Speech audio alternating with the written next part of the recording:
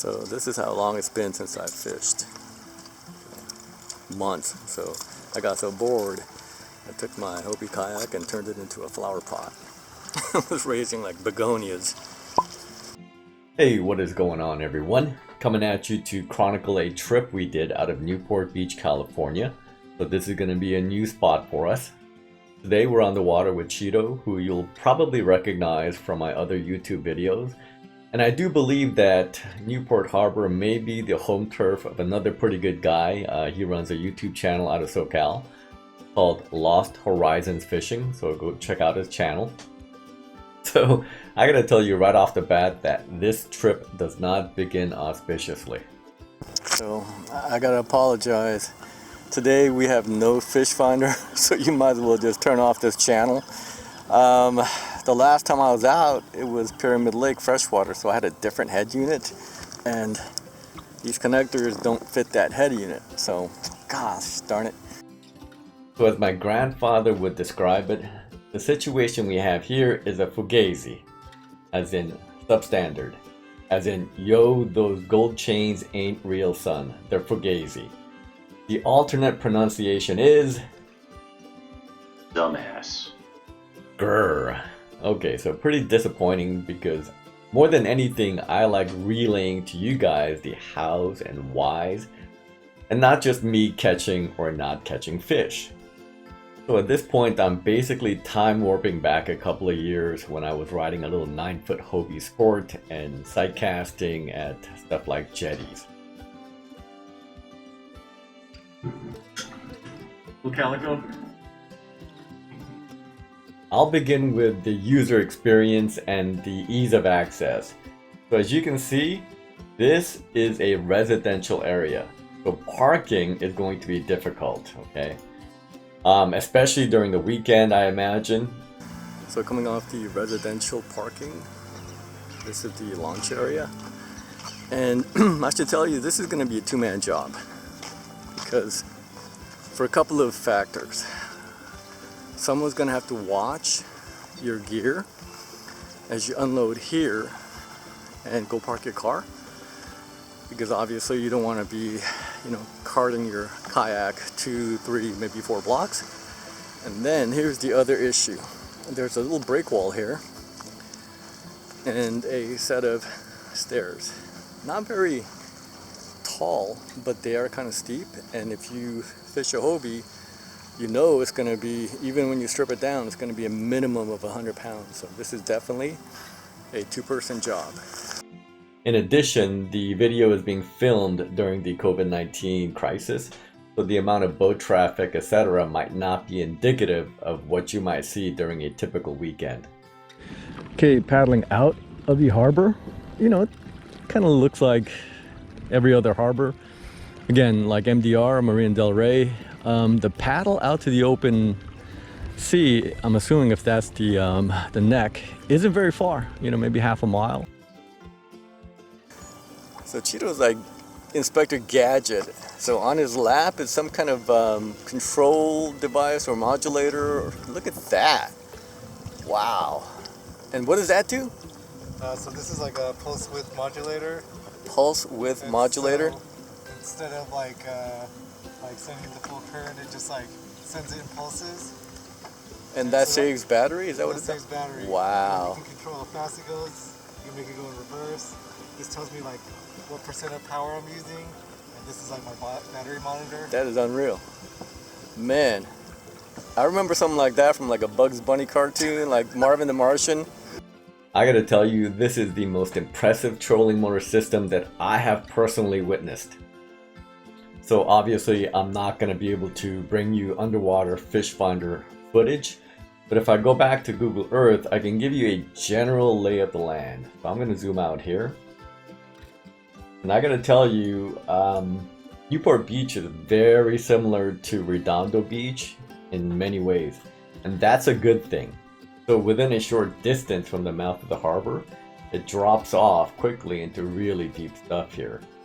And also within like 2-3 miles, you have access to kelp beds. So again, very similar to Redondo Beach. And so if you give me a choice, I'm always going to choose areas with a lot of variety in terms of underwater terrain, as opposed to something like Marina del Rey, where all of this is just flat basin. So our game plan was, I'm going to zoom in here. Okay, so we're going to leave the harbor and then just kind of like work along the coast and check out some of this kelp stuff. And I will not be able to relay GPS coordinates, but our first stop is going to be somewhere around here. And you're probably going to recognize this rock formation from the videos. All right, so as you can see, we're kind of tight to shore. Gonna check out some kelp. And I was thinking about how funny like social distancing is, right? With fishermen, you don't have to tell them twice. 6 feet, are you kidding me? Like most fishermen, if you get to within 60 yards of them, you know, blood pressure goes up. So no worries there. So you can probably tell from the shoreline where we're at, and I can probably drop a Google Earth coordinate. But we're going to stop here, and typically when you're working kelp close to shore, you're going to target a couple of species. Number one being the calico bass, right? So you're throwing your lure down lanes or potholes, or if you want to drop some shrimp down into the kelp, you might be able to pick up sheep's head. So in terms of working a kelp bed, if you're in a boat, you're going to have to probably kind of drift or anchor around the edges and then throw into open lanes like here and maybe here. If you are in a kayak, you have a real advantage. You may have to pick up your rudder and your mirage drive, but you can get really into the thick of stuff and you can cast lanes, or you can get into these pockets and drop vertically as well. So you do have an advantage. Okay, let's spend a little bit of time talking about gear for working the lanes laterally and for dropping stuff down vertically. Okay, in terms of gear, 3 rods. This is kind of like my light setup, little Daiwa Tatula 200 baitcaster. This is a, let me flip this upside down, 7/9 medium light, you know, 6 to 12, 1/8 to ½ ounce. I don't have my entire array of lures with me today, so this is kind of like a little bucktail, maybe 1/4 ounce with a little trailer. Let me take the time here to kind of expound upon this light setup. This setup right here is really only right for like inshore, heavily pressured areas like jetties and local kelp beds. If you're in some remote, faraway place and you're dealing with big fish, you know, like 3, 4, 5 pounds and heavy kelp, you will need something much burlier to wrestle those fish out of the kelp. As far as the lure goes, I can't tell you that this little bucktail setup is the most effective lure.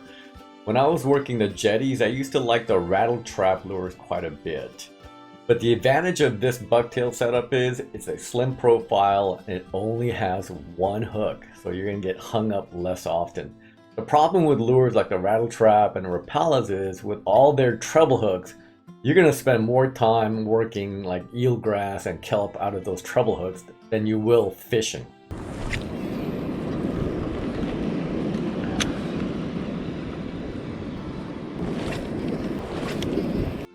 Okay, so not much happening here, and the reality is this rock formation is just too close to the harbor, which means too many people can get easy access to it and just pressure the hell out of it. So what can you do? You gotta be willing to go where most people don't want to go, whether it be by distance, maybe some danger, etc. And so we begin to paddle from here.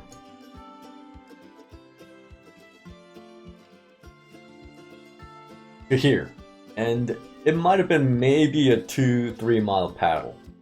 All right, we picked up our anchors and we're gonna head more south toward another kelp bed. Clouds are kind of burning off. Projected to be a nice day, like in the 80s inland, so it should be really nice. This is bizarre. There's some kind of sparrow attacking Cheeto. He's landed on his shoulder and like you can't brush him off.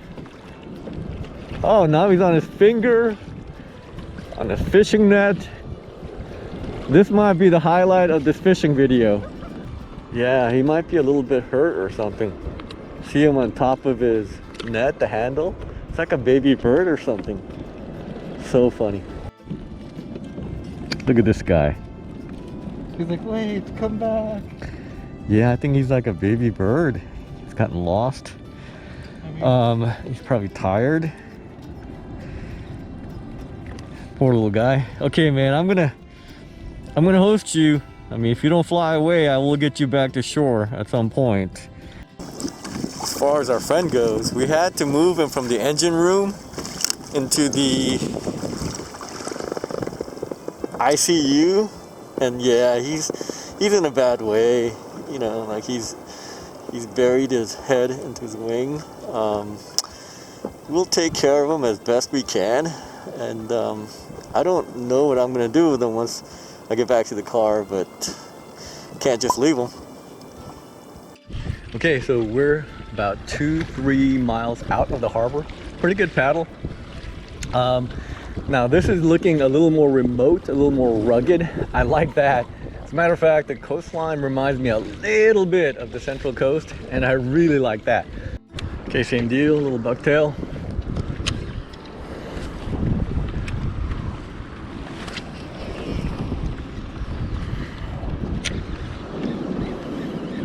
Gotta be heads up. Swell's coming out of the northwest. Okay, so you gotta be heads up here because obviously you can see those rocks, but there are some rocks that are barely submerged, right? So if you're riding a Hobie, you gotta be careful. Okay, look for the white caps or whatever because that's gonna be the tell. Like right there, there are some rocks that are submerged. See where the waves are kind of like forming? So you gotta be heads up. So here, my conscience won't allow me to keep rolling video without giving you a warning. The scene here is not for the new kayak fisherman. There are elements of danger here, and I'm going to illustrate with a diagram. Okay? So this blue represents the water line, and this brown represents rocks. So some or much of the rock formation is going to be exposed above water. But when you see rock formations, you have to assume that there's going to be some portion of the formation that's underwater. And water is such a powerful, relentless force, right?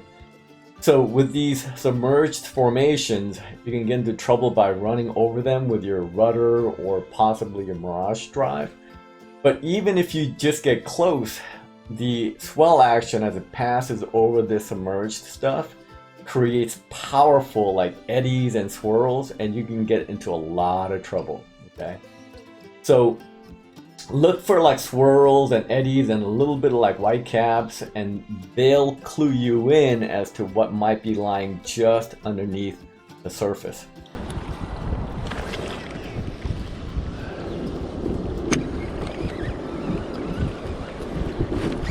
Here we go.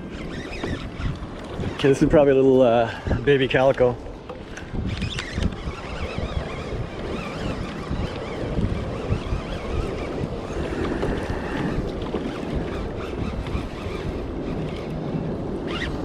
Yeah, maybe not so, maybe a decent fish. But I know from fishing terrain like this that this is likely to be a calico. Yep. That's what it is. Right. So anyways, that's how it's done,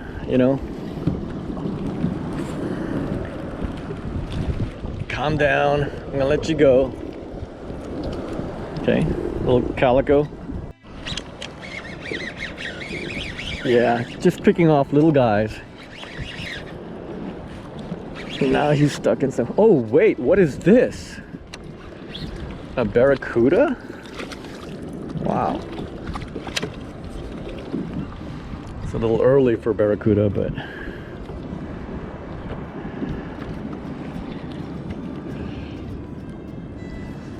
I gotta tire them out. I don't want them flopping around. They're pretty slimy. Okay, so again, give yourself like a rod's length worth of line. And don't be in a hurry. I mean, you're not gonna keep this guy, so don't be in a huge hurry to get him on board. All right, let's see if we can get him off without much drama.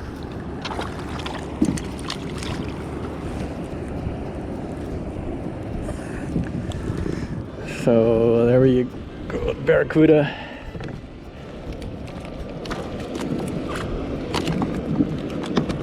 And there he goes. And so the barracuda, you got to be careful. After you catch one, always check your line because they're random slashers, right? And they'll slash at your line. They have really sharp teeth. So check your line. This seems okay. All right, try a couple of vertical drops. Again, drop it 10 feet, stop, jig, drop it 5 feet, stop, jig, rinse and repeat so you can cover the entire water column, hopefully, and not get hung up.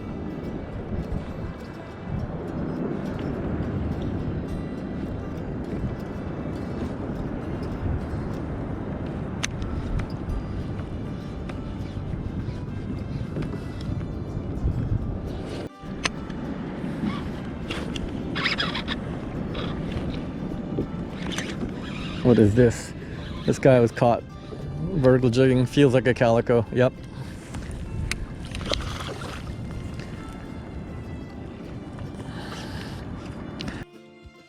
So with vertical fishing, swing early and swing often. This is not like live bait fishing where you have to be patient. If the lure stops falling before you think it should, swing on them. So different ways to catch them. I mean, you can catch them vertically. You can catch them, you know, working the surface, the lanes. This one's really pretty, very dark. When they're on the chew, they're not very picky. You know, when the conditions are not right, they can be very picky. So let this guy go. Okay, so that's gonna wrap up this fish report. A few takeaways for me. You know, when you scout a new body of water, you don't expect to hit home runs the first day. It's just a long day, a lot of miles paddling around and trying to find productive spots. Takeaway number 2 for me was that amazing trolling motor setup that Cheeto had. As I mentioned, it was the most impressive setup that I've seen. We were on the water for like at least 8 hours, 8, 9, 10 hours. And by the time we got home, that thing still had juice. He's running some kind of lithium type battery, by the way. Takeaway number 3, in terms of fishing potential, I think this area does have a lot of potential. As I mentioned, it's very similar in terms of underwater structure to Redondo. In terms of ease of access, you know, parking, logistics, I would say Redondo is still better in that regard. It's easier. And then finally, if you're wondering about the little bird, here is the follow-up video. So sun coming out, warming up. The little bird took off from the ICU and he flew towards shore. He looked pretty good. I mean, he was flying pretty strong, made a beeline for those trees. So good for him. Okay, that brings us to an end. If it's not too much trouble, hit that like button for me, please. And if you're going to get out there, please remember to be safe. And we will see you soon on our next adventure. Bye for now.